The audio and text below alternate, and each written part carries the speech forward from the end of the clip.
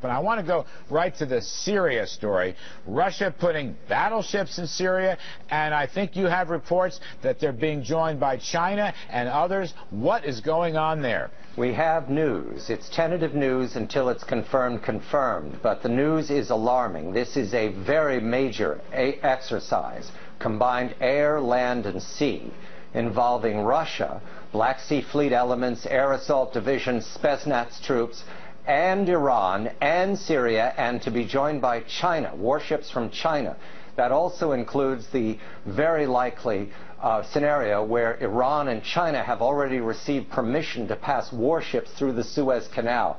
To my knowledge, this is alarming for the whole region, but especially Israel. The backstory, Larry, quickly. Back in the UN's Security Council resolution against Libya, Russia helped broker that deal, and Gaddafi was to accept internal exile, I am told.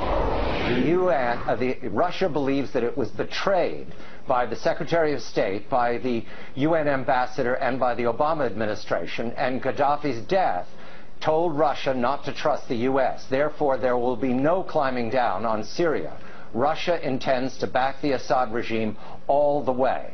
Mr. Putin is now in charge. Mr. Medvedev, the former president, backstory again, he was humiliated when Russia was betrayed in Libya. He has not regained his status since then. Mr. Putin will not make that mistake.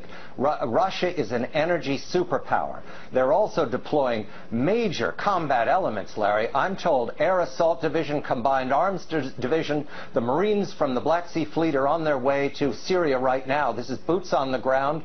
There'll be perhaps 400 aircraft involved. In addition, specialists, Spetsnaz, GRU units, everybody out there who knows about special forces, this is the Russian equivalent. These are veterans from the Chechen guerrilla war.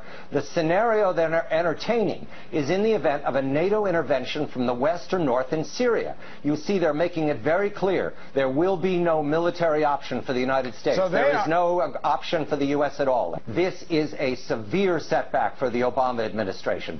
When and if this military exercise takes place, it is clearly in the face of the Obama administration's negotiations with Iran.